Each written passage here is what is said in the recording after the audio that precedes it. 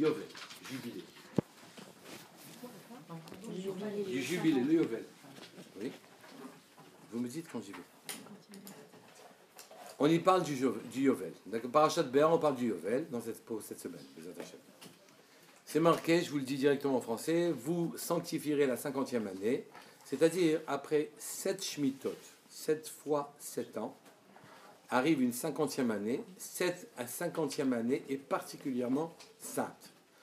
Dans cette 50e année, vous proclamerez dans le pays liberté pour tous ceux qui l'habitent. Cette année sera pour vous donc le Yovel, le jubilé, et chacun de vous rentrera dans son bien ou retournera dans sa famille. Et vous proclamerez dans le pays la liberté pour tous ceux qui l'habitent. Je reprends. Après 7 Shmitot, 7 fois 7 ans, arrive une 50e année. Cette 50e année est une année de Gdusha et une année de libération. Les terrains reviennent à leurs anciens propriétaires et tout esclave juif qui aurait été vendu, il retournera chez lui. Il y a 2 types d'esclaves qui retournent chez lui. Celui qui a été vendu et qui est dans les 6 années de sa servitude, il y a le Yovel. Il a été vendu il s'est vendu ou il a été vendu depuis 1 an. Oui. Le Yovel tombe l'année d'après, il est libre. Au bout d'1 an. Oui. Il y a celui aussi qui a décidé de rester chez le maître parce qu'il s'y trouvait bien, c'est confortable, c'est sympathique. D'accord? Et que donc, lui, on lui a percé l'oreille. Et de toute façon, au bout de 50 ans, on le renvoie chez lui. Obligatoirement. D'accord? Donc le Yovel est un moment de libération. Libération des personnes. La question qui se pose naturellement, c'est vous proclamerez, c'est le langage intéressant, vous proclamerez dans le pays la liberté de tous ceux qui l'habitent. Alors, la liberté, en France, on sait ce que ça veut dire. Liberté, égalité, fraternité. Et liberté veut dire en vérité un surcroît, un poids de servitude qui sera sorti des épaules des gens. Mais proclamer la liberté, ça ne veut rien dire. Les malades vont rester malades. Les tordus vont rester tordus. Les gens qui ont des défauts ne vont pas s'en guérir. Et en plus de ça, quelqu'un qui a été vendu, comme on dit ensuite, comme on avait dit dans Shemot, pourquoi on poinçonne l'oreille de l'esclave qui veut rester chez son maître alors qu'il doit être libéré à la fin de la 6e année? Pourquoi on lui poinçonne l'oreille? Juste l'oreille. Pourquoi pas le petit doigt? Pourquoi pas le doigt de pied? Oui. Il n'a pas entendu cette. Et on répond. Rabbi Yochanan ben Zakkai, il a répondu, cette oreille qui a entendu au Sinaï, tu ne voleras pas. Oui, elle est allée voler. Tu ne seras pas esclave d'autre que d'Hachem. Et elle s'est rendue esclave, cette oreille, qu'elle soit poinçonnée. Et donc, voilà un monsieur qui est fautif. On ne devient pas esclave sans avoir de notion de faute, oui. Qu'est-ce que ça veut dire de le libérer? Imaginez, un bonhomme a volé, il a vendu, il a volé, il a été attrapé, il a été vendu en tant qu'esclave. Le Yovel tombe dans les 7 années, dans les 6 années en question de son esclavage. Eh bien, au bout d'1 an, il est libéré. En quoi c'est une solution? En quoi proclamer la liberté? C'est proclamer le fait qu'il soit lui libre de ses instincts, de sa kleptomanie, de ses bêtises, ou bien de tout ce qu'il faut comme caractéristique pour aller se vendre à quelqu'un d'autre. D'accord? Comment ça marche? Vous proclamerez la liberté. Est-ce que je ne suis pas pris dans les raies de ma personnalité? En quoi suis-je libre? Vous savez que quand on est sorti d'Égypte, il y a eu 2 libérations. Il y a Paro qui a dit, maintenant c'est fini, vous sortez. Ça c'était à minuit. Les sorties, tout le monde s'en va, je ne veux plus entendre parler des Juifs. On n'est pas sorti à minuit. On est sorti le matin. Oui. Et parce qu'en vérité, les Rachamim soulignent qu'il y a 2 types de libération. La libération physique, de l'esclavage physique, mais finalement, c'est la moins grave. Il y a des gens qui sont libres physiquement, mais qui sont profondément asservis par un conditionnement, par leurs habitudes, par leur manque de réflexion, oui, ils sont asservis. Et il y a des gens qui sont prisonniers et qui, dans des conditions qui nous apparaissent comme épouvantables à nous, sont capables d'être extrêmement libres. Donc la liberté, c'est quelque chose de beaucoup plus complexe, oui, que ce que l'on voit a priori. On est esclave de nos envies. Quelqu'un qui ne peut pas vivre sans avoir 12 voitures et 15 millions dans son compte, il est esclave, oui. Quelqu'un qui a des appétits qui sortent de la norme, c'est un esclave, oui. Quelqu'un qui a des habitudes dont il ne peut pas sortir, c'est un esclave, et ainsi de suite, d'accord? Donc ici, vous proclamerez la liberté. Ça veut dire quoi, vous proclamer la liberté? La deuxième chose aussi, la deuxième question qui se pose, c'est qu'est-ce que c'est cette histoire de 50 ans? Oui, 50, c'est quoi le chiffre 50? Le chiffre 50 sera aussi celui dont on parlera à la sortie d'Égypte. Le premier soir, au moment de Pessah, on est libéré, totalement libéré. Et on a quasiment la Torah, on est au plus haut niveau qui soit. On emprunte le plus haut niveau qui soit, oui. Et après, ça redescend, et on réacquiert son niveau en 50 jours. Qu'est-ce que c'est ce chiffre de 50? D'accord? Donc, ces questions-là étant posées, je voudrais vous amener des réponses que j'ai lues dans un Rav qui s'appelle Rav Friedman. Oui, plusieurs réponses, et j'ajouterai ma modeste participation. Il y a un midrash. Il y a un midrash qui dit, oui, c'est un midrash rabbin dans Dvarim 4, 2, d'accord, qui dit, l'épée et le livre sont descendus du ciel, attachés l'un à l'autre. L'épée et le livre sont descendus du ciel, attachés l'un à l'autre. Et Hachem leur a dit, si vous observez ce qui est écrit dans ce livre, vous serez épargnés par l'épée, et si vous ne respectez pas ce qui est écrit dans le livre, vous serez tués par cette épée. Et la vérité est, on ne comprend pas bien. On a envie d'avoir un sens obvi, un sens littéral, qui dit, c'est une menace, oui, par la force. Si jamais vous respectez la Torah, ça ira, sinon votre vie sera menacée. On a envie de dire ça. Mais on ne voit pas quel rapport, pourquoi une épée, à quoi ça rime, qu'est-ce que c'est cette histoire d'épée? Il n'y a pas de rapport entre l'épée et le livre. Oui, il n'y a pas de rapport entre l'épée et le livre. Donc on se précipite vers un sens littéral qui est simplement une menace. Vous serez menacé. Et on ne comprend pas bien les choses, d'accord? Vous serez épargné par l'épée. En plus, si jamais il s'agissait d'une simple menace, il suffisait de dire l'épée et le livre sont descendus ensemble, ou vous observez ceux, vous serez épargné par l'épée. Sinon, non. En disant, et si vous ne le faites pas, vous ne serez tué par cette épée. Donc c'est vraiment l'instrument qui vient réparer la faute de ne pas avoir écouté, de ne pas avoir fait ce qui est écrit dans le livre. Je voudrais continuer un petit peu plus loin. Dans Sanhedrin, j'ai un texte spécial où on voit que on nous dit qu'Adam Arishon a été créé d'une manière spécifique. La terre, il est comme une âme qui est rentrée dans un corps. Le corps d'Adam Arishon a été créé avec la terre de toutes les parties du monde. Oui. Le corps a été créé avec la terre de Babylone, les autres membres avec toutes les parties de la terre, et la tête a été créée avec la terre d'Israël. Enfin, la matérialité de la tête a été créée avec la terre d'Israël, le corps a été créé par la terre de Babylone, et les membres par le reste de la terre. C'est-à-dire que la terre de tous ces endroits-là est venue participer à fabriquer le récipient dans lequel va se loger l'âme d'Adam Arishon.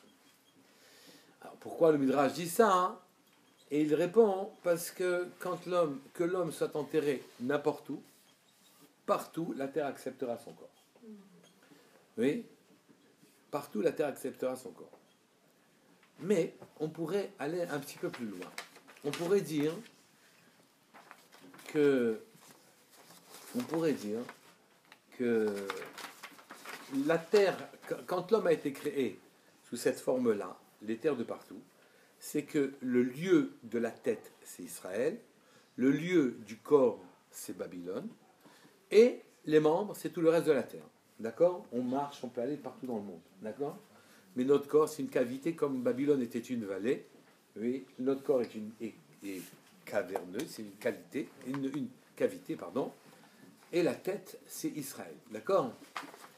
À quoi, qu'est-ce que veut me dire ce midrash? D'accord? Je dois rajouter encore quelque chose. Vous savez que Yaakov Avinu, quand il est sorti de chez son père, fuyant la vindicte de son frère Esav qui voulait le tuer, on voit qu'il s'est arrêté et qu'il a mis sur son trajet, le soleil s'est couché, il a mis sur son trajet, il s'est arrêté sur son trajet, et il a mis autour de sa tête des pierres pour protéger sa tête, et l'on dit pour protéger sa tête des bêtes sauvages. Très souvent, je me suis posé la question, tu protèges la tête des bêtes sauvages, mais si jamais tu ne protèges pas le corps des bêtes sauvages, et même la tête, elle ne saura pas vivre toute seule, ça n'existe pas, d'accord? Donc, qu'est-ce qu'on veut dire par protéger la tête des bêtes sauvages?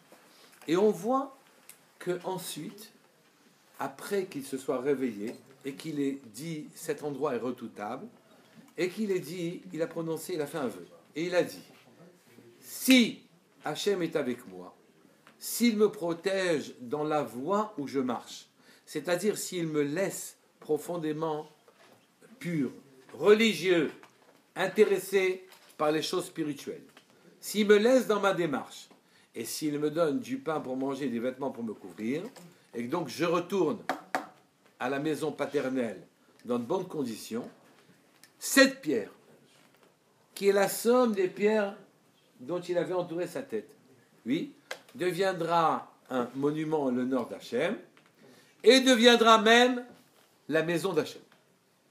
Cette pierre deviendra, et tous les biens que tu m'accorderas, j'en offrirai le 10e, la dîme. D'accord? Tout ce que tu m'accordes, je donnerai la dîme. Et on se dit, mais pourquoi des pierres autour de la tête? Pour se protéger des bêtes sauvages. Shmuel, pour protéger des bêtes sauvages. Pour quelle raison des pierres autour de la tête? Pour quelle raison se sont-elles réunies en une seule pierre? Pour quelle raison ensuite c'est là-bas que Hachem doit être admiré, etc. D'accord? Et il y a des Talmidei Chachamim qui répondent qu'en vérité ici, Yaakov a voulu protéger sa tête, son monde spirituel, ses pensées. Oui, que le corps n'était que l'instrument qui suivrait ses pensées. Oui, n'était que ses pensées. Et qu'en quelque sorte, il a dit, s'il me protège dans la voie où je vais, il est en train de dire, s'il me permet de poursuivre mon chemin comme celui que j'avais mené jusqu'à présent chez mon père, et que je reste comme ça. Tant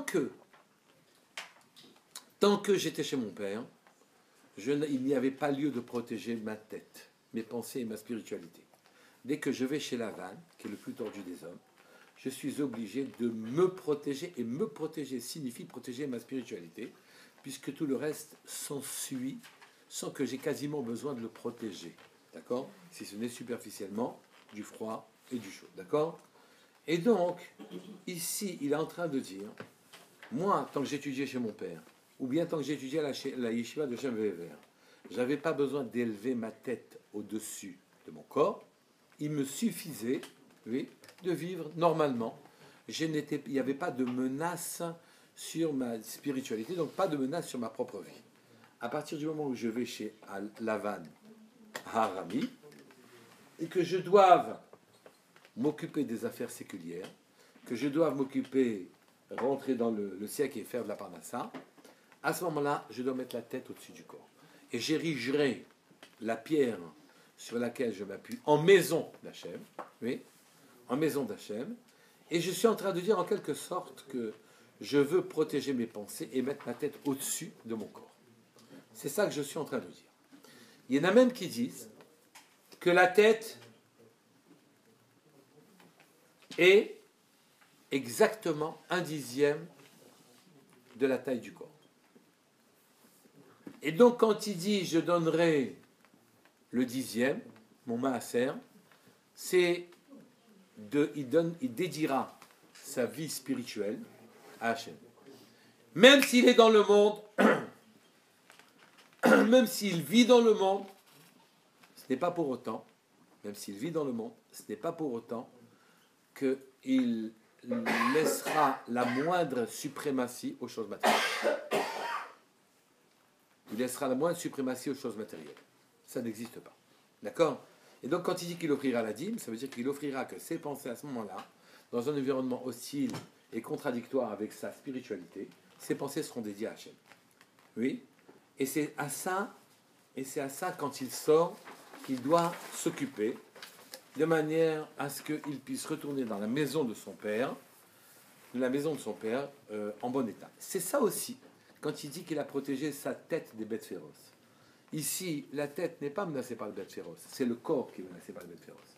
Les bêtes féroces qui menacent la tête, oui, ce sont les pensées tordues, c'est l'idolâtrie, c'est les mauvaises directions, c'est se laisser aller dans un monde, de ne pas regarder le monde tel qu'il est, oui, ne pas profiter des choses comme on doit en profiter, d'accord? C'est ça qui dit, protège-moi, je t'en prie. Moi, mon effort sera de dédier mes pensées à toi. Quand je vous dis, faites attention, vous êtes dans un monde qui ne vous appartient pas. Tournez le bouton de manière à ce que vous sentiez cette chose-là. C'est en fait une protection que vous mettez, et à ce moment-là, vous pouvez vous en sortir. Pourquoi vous pouvez vous en sortir? Car c'est écrit, Akadosh Baruch Hu écrit dans la Torah, car les sentiments du cœur de l'homme sont mauvaises dès son enfance. Dès qu'il est petit, le cœur l'entraîne vers Shmuel. Le cœur l'entraîne vers des mauvais sentiments. Le cœur est mauvais. Le cœur n'est pas bon. Les sentiments, ne soyez pas, ne dites pas que vous êtes mauvais parce que vous avez de mauvaises pensées, c'est votre cœur qui vous entraîne, tout simplement. La tête peut être bonne. Vous savez que la tête d'Esav avait rentré dans le Kever avec Abraham, Yitzhak et Yaakov. La tête, il n'y a pas de problème. Oui. La tête est là, mais c'est le corps, le cœur, le sentiment du cœur sont mauvais. Le cœur nous entraîne vers le mal. La normalité du corps et du cœur, c'est d'aller vers le mal. Après, c'est votre tête qui vous retient. C'est votre éducation qui permet à votre tête de vous retenir. C'est l'idée que vous avez eue qui vous permet de vous retenir. Mais le cœur, d'une manière générale, dès l'enfance, le cœur est mauvais. C'est comme ça qu'Akadosh Baruch Hu, il a accepté l'idée qu'on ne pouvait pas détruire l'humanité sans arrêt, parce que de toute façon, d'un côté il y a le cœur, de l'autre côté il y a la tête. Le cœur vous entraîne vers le mal, de manière systématique, pour tout le monde, oui, et la tête, le tzaddik, c'est celui qui se domine et qui ne suit pas les conceptions de son cœur. D'accord? Et Akadosh Baruch Hu dit, d'un côté, il a créé le mal, de l'autre côté, il a créé Torah Tavlin. Il a créé la Torah qui est son remède. Vous voyez qu'ici, j'ai d'un côté mes inclinaisons, mon inclination au mal, oui, et j'ai une pente vers les mauvais sentiments. Donc mes sentiments m'entraînent vers le bas. D'accord? De manière quasi normale, obligatoire. Seul le chassid a surmonté, mais il était comme ça au début, a surmonté son inclinaison au mal. Oui, et maintenant il pense bien. Il y a chez Sharim, c'est quelqu'un qui pense droit maintenant, mais la nature des choses, c'est pas comme ça. Donc, il faut savoir ça. Comme ça, on n'est pas mal, quoi. Et on travaille, d'accord? Et comment il s'en sort? C'est que on lui dit quoi penser, en quelque sorte. Il utilise sa tête, oui, pour penser aux choses de Torah. On lui dit quelles sont les conceptions qu'il doit avoir, comment il doit regarder les choses. Et il doit rapprocher petit à petit ses conceptions personnelles des conceptions de Torah. Il doit étudier la Torah en permanence et c'est ça qui le sauve. C'est ça qui le fait monter. D'accord? Maintenant, je comprends cette histoire d'épée. Quand je vous dis le livre et l'épée sont descendus en même temps. Et je dis, mais quel rapport le livre et l'épée? On est obligé de faire un sens littéral. Il a cassé la cassée aux extrémités. En vérité, non. L'épée, c'est l'inclinaison au mal que j'ai. L'épée veut couper le corps de la tête. C'est ça l'épée. Et c'est ça maintenant, si vous observez ce qui est écrit dans ce livre, si votre tête est dominée par des bonnes pensées, oui, alors vous serez épargné par cette coupure obligatoire que le cœur, excusez-moi, va infliger à la tête. L'épée va couper. Et si vous ne le faites pas, si vous ne faites pas attention à ça, il n'y a pas moyen d'échapper à cette épée qui est tête, qui enlève la tête du corps. Or, la tête est le seul moyen de se libérer des inclinaisons au mal qu'il y a dans les sentiments de notre cœur. C'est notre tête qui nous retient. Et c'est notre tête, et vous allez me dire, mais comment la tête peut-elle parler au cœur? Ce sont deux choses différentes. Et en vérité, il m'est arrivé de penser très clairement que Akadosh Baruch Hu nous a fait un chesed inouï. La pensée, la réflexion, c'est quelque chose d'intellectuel. D'accord? Ça aurait pu être quelque chose d'extrêmement froid. Mais, vous voyez que quand quelqu'un comprend quelque chose, il est extrêmement heureux. Oui. Et il dit oui, yesh, il est content. Oui. Il embrasse le livre, ça le touche. Et il a traduit son intellectualité, s'est traduit en un sentiment. Le sentiment par le cœur. Il arrive maintenant à amener sa tête dans son cœur. Et toute la clarté qu'il a dans la tête, toute la profondeur qu'il a dans la tête, à ce moment-là, vient investir son cœur. Et ça passe jusque dans le cœur. Et la liaison se fait de manière parfaite et admise. On dit que les 50 cm qui sont les plus longs à parcourir dans le monde, ce sont ceux qui sont éloignés de la tête vers le cœur. Oui. Il y a 50 cm qu'on n'arrive pas à parcourir. Il faut une vie pour les parcourir. Et donc, le sentiment que je nous a donné à notre compréhension, un sentiment, vous entendez le mot de satisfaction, sentiment c'est du cœur, oui. Et donc, avec l'intellect, j'arrive à sécréter des sentiments. Ces sentiments vont venir parler au cœur, et la lumière va à ce moment-là descendre dans le cœur, et va éclairer par l'intellect, va intégrer le cœur. Et les membres qui sont guidés par le cœur vont suivre. Il n'y a pas d'autre moyen d'être épargné par l'épée. Il y en a qui disent, on a 4 sens qui sont dans la tête. La vue, l'ouïe, l'odorat et la parole. Enfin, qui sont des instruments pour pouvoir saisir les réalités. D'accord? Et il y a 4 manières d'interpréter les choses, qu'on appelle pardes. Il y a le pshat, le sens littéral, obvi. Il y a le drash. Alors, le pshat est en lien direct avec la parole. Je parle et j'exprime des choses au niveau littéral. Derrière le niveau littéral se cache naturellement beaucoup de choses. Se cache ce qui est allusif. Ce qui est allusif est en rapport directement avec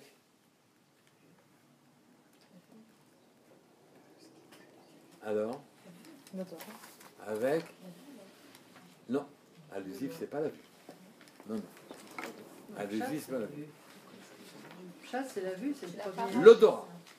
L'odorat, c'est je sens que. Mais le premier C'est le pshat, c'est la parole. C'est la parole. Le pshat, c'est la parole. Au sens littéral, je construis avec ma parole des logiques. Oui. Et j'appréhende par un sentiment logique, par la logique, j'appréhende les choses. Ensuite, il y a l'odorat, qui est en rapport directement avec le remez, l'allusion. Ensuite, il y a. Attendez, l'odorat, c'est pas le drash? Non. Ah non. Alors, c'est quoi le drash? On n'est pas encore là. C'est l'ouïe, le drash. C'est l'ouïe. L'ouïe, c'est le drash, oui. C'est-à-dire de raisonner et de s'éloigner du sens littéral et de voir ce qu'il cache, c'est le drash. Ça se fait avec l'ouïe. D'ailleurs, c'est marqué dans la Torah orale. La Gemara, c'est marqué viens et écoute. Oui, viens et écoute. Qu'est-ce que ça veut dire ça? Viens, ça veut dire approche de ce sens-là et écoute ce que je vais te dire. Avec mon oreille, je vais aligner des lettres et des mots qui vont construire des phrases et je vais être pénétré par ces phrases-là. Et grâce à l'intellectualisation des choses, je vais pouvoir construire des choses qui n'étaient pas immédiates. Grâce aux 13 lois de construction d'après le Drash. Si c'est comme ça, alors a fortiori c'est comme ça. etc. D'accord? Maintenant, il reste le dernier, le sod. Lui c'est viens et regarde. Et vous savez que le sod, les yeux, qui sont une lumière à la fois plus élevée mais plus faible que les premières lumières en question, c'est parce qu'elles sont là pour venir réparer le monde tel qu'il est. Et effectivement, le sod vient réparer. Le sod vient réparer le monde. C'est-à-dire, quand on comprend le secret qui se cache derrière tout, naturellement, on a réparé le monde qui est autour de nous. Et c'est effectivement ce que disent les Chachamim. Les Chachamim, ils ont dit, à propos de l'Ag Baomer, à propos de Shimon Bar Yochai, c'est marqué combien d'hommes ici-bas se nourriront de ton Zohar quand, lors de la dernière génération, à la fin des temps, il sera révélé. Grâce à lui, vous proclamerez la liberté. Et ici, je vois ici un lien direct entre la compréhension, la tête et la liberté. Vous comprenez aussi que mes sentiments m'étreignent. Ils me donnent un sentiment de vie. C'est comme ça qu'ils m'achètent. Et donc j'aime même les mauvaises sensations. Parce que pendant ce temps-là, je suis vivant. Le type qui se lâche en parachute 3000 mètres, il est mort jusqu'à 200 mètres du sol quand le parachute saute. Et donc il est très content de voir qu'il est vivant. Oui, donc les sentiments sont des choses très importantes. Oui. Et il y en a qui, d'ailleurs, vous allez au cinéma, vous voyez un film pour pleurer, vous avez payé. Pour pleurer, vous avez payé.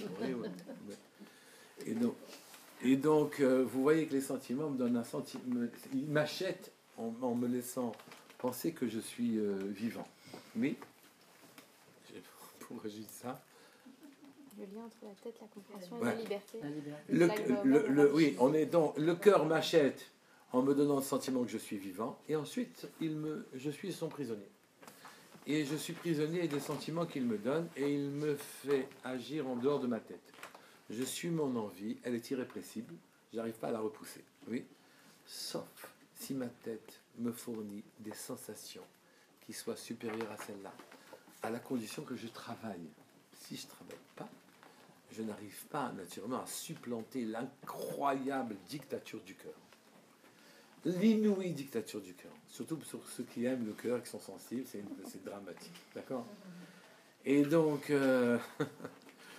vous voyez qu'avec Rabbi Shimon Bar Yochai, le sod, il te dit qu'avec le sod, dans la fin des temps, c'est le sod qui viendra ramener l'homme à la liberté. Mais vous entendez bien, à la liberté.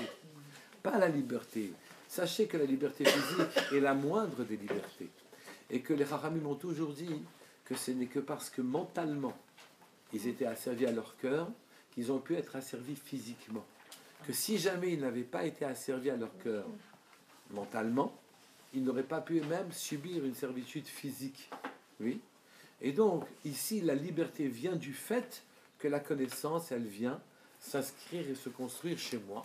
Et c'est la connaissance et la clarté qui rentrent dans mon cœur qui fait de moi un homme libre. C'est marqué, oui, Erecha, je te montrerai Niflaot, je te montrerai quand tu sortis, je te montrerai dans les temps futurs des merveilles comme des merveilles du temps de l'Égypte, d'accord? Et Niflaot, je te montrerai des Niflaot, ça s'écrit Nun Pelaot, 50 miracles, 50 choses très étonnantes. Je vois ici qu'on commence à rentrer dans un chiffre qui s'appelle 50. Et ce chiffre de 50, il est incompréhensible, on ne se comprend pas pourquoi ces 50 est tellement important. 50 années de cette fois Shemitah, et la 50e année, c'est Yovel. 50 jours du Homer.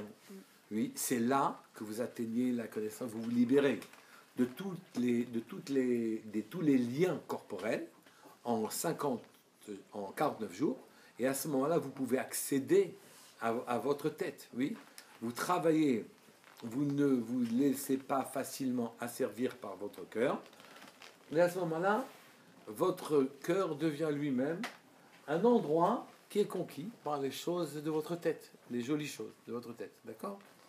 50 jours pour pouvoir accéder à ça.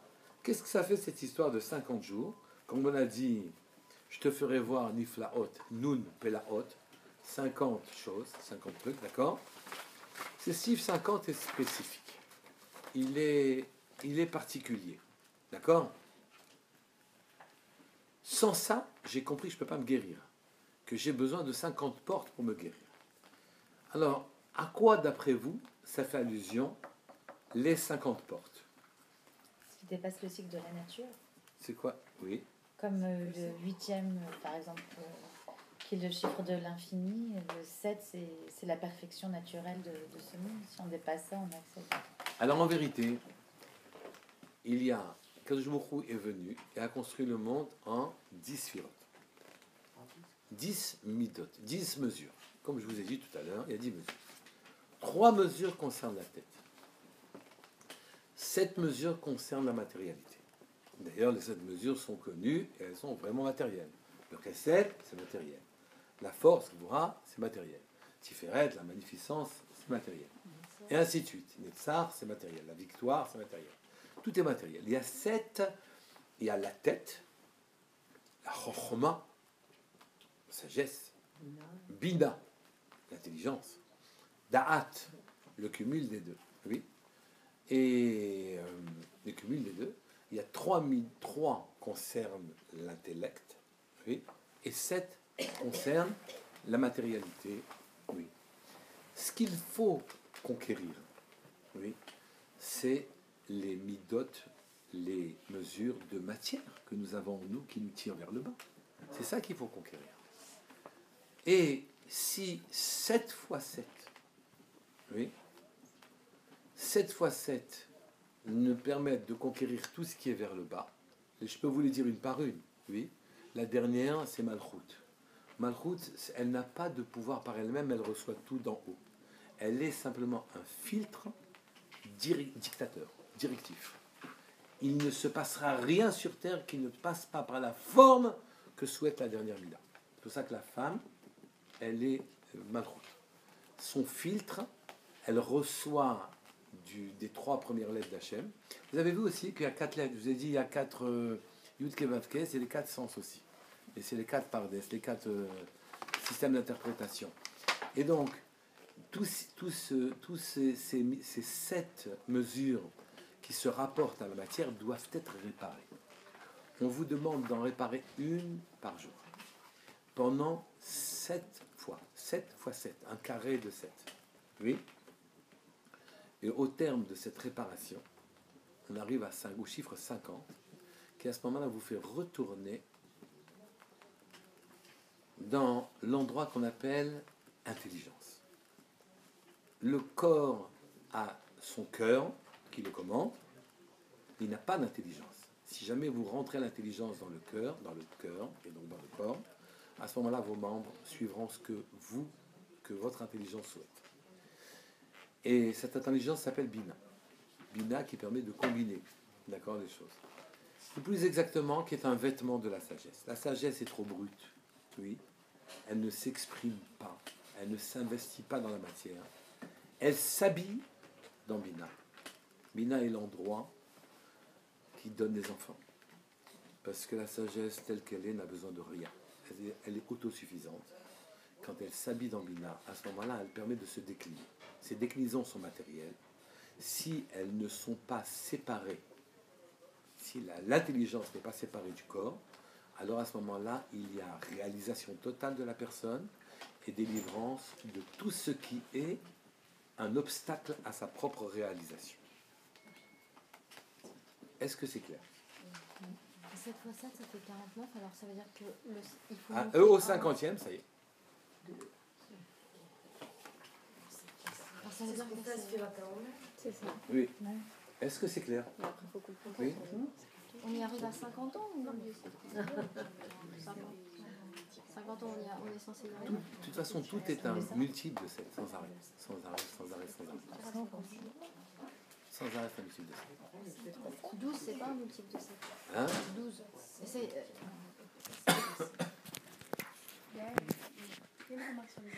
Ben,